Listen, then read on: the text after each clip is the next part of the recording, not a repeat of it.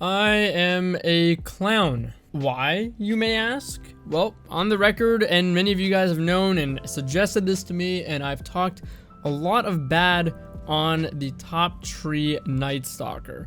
I always mainly mention how bad the super is, but in addition to that, it always felt like the camo, or the invisibility rather, was never that significant to me. It felt like it was too short, first of all, to make any more sort of meaningful flanks or get any sort of meaningful off angles. It was too short of a period to take advantage of, and I disliked, after the nerf, how camo was changed. So just to be clear here, back when, I think right before Trials came out, or right when Trials came out, I forget, invisibility used to last, and the effects of invisibility, I should say, used to last longer than the actual duration of the invisibility. Meaning, you would go invisible, and then you'd go off the radar. Let's say if you were walking or crouching, let's use crouching as an example.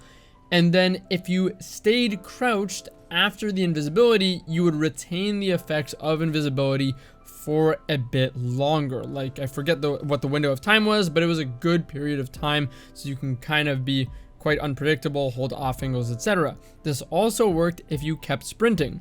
The rules of invisibility are, if you start sprinting, it will ping once on the radar, but it will not ping again for as long as you maintain the sprint. And when you stop sprinting, it will also not ping the radar. Previously to the change I was talking about, you could keep sprinting and retain the effects of the invisibility even after the invisibility duration was over. Obviously, this was the main selling point for me, is that you could actually take advantage of your invisibility quite well, even though your super was quite lackluster. Invisibility has some weird rules as well associated with it. I mentioned how to take advantage of it with the sprint and how that works. And when you're walking, obviously you're off radar as well. When you're crouching, you're obviously off radar as well.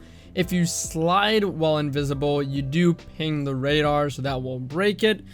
And if you go within 5 meters of someone, meaning going to the inner circle on their radar, you will actually appear on their radar even if you are obeying those rules. Now, for that reason, I didn't like invisibility. You were confined to such a short period of time, and the rules were very restrictive in terms of how and what you had to do in order to properly stay off radar. That being said, this time around, my team is really taking advantage of radar manipulating exotics or elements. So this means Gemini Jester is a staple on our team. But rather than me and another person using Gemini Jesters, I think I don't prefer redundancy. I like to complement team builds with as many synergistic options and different options, and not make it just about spamming one thing. And collectively we agreed that Gemini Jesters is better for a shotgunner because you have to use it in close range anyways. And typically I'm going to be sniping when we play together as a team with me and my friends. So I thought to myself, well, I might as well try top tree tether again. I'm like, I don't know if this is going to hold up. I don't know if it's going to be good against decent players. I don't know if the whole trap thing, the false radar pings and the invis is going to work. It always felt like a class to me that took so much setup and so much effort to really see results out of, at least in my head, compared to some of the other things you can do, like just kind of so many more natural, easy to pull off subclass abilities and synergistic abilities, that it just didn't feel worth it. But I said, screw it, I'm gonna try it. I'm gonna try it out.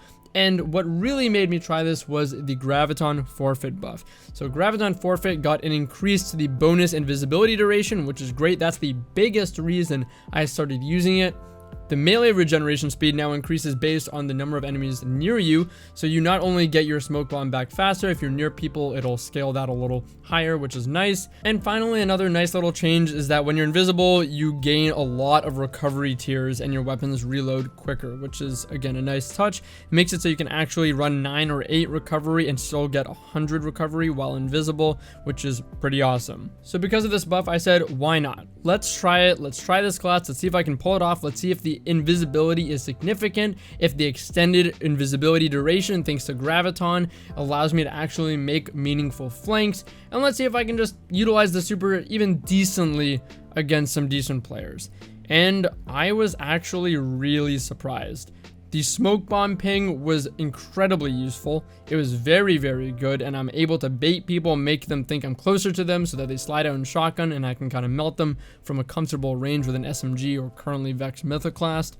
I could even use my invisibility to take off angles and flank from where my team's pushing and get sniper angles. It was really great. I can make myself a little bit harder of a headshot because my player model's not quite as visible. I typically get the first shot on people because they're either not aware I'm there because I'm off the radar, or they just can't see me as easily, which is incredible. I was astonished with how good this has been performing for me, and yeah, I'm probably maining this now.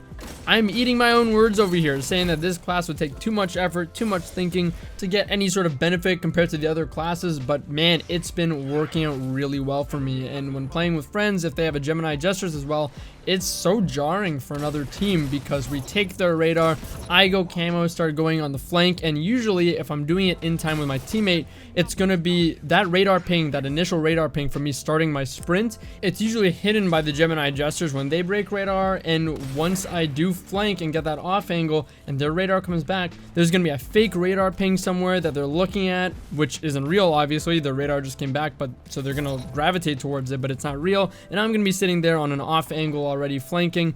It's so crazy, I think. Honestly, I don't like the pairing still of Gemini Jesters and this subclass. I think Graviton and its buffs is really what makes this subclass work now.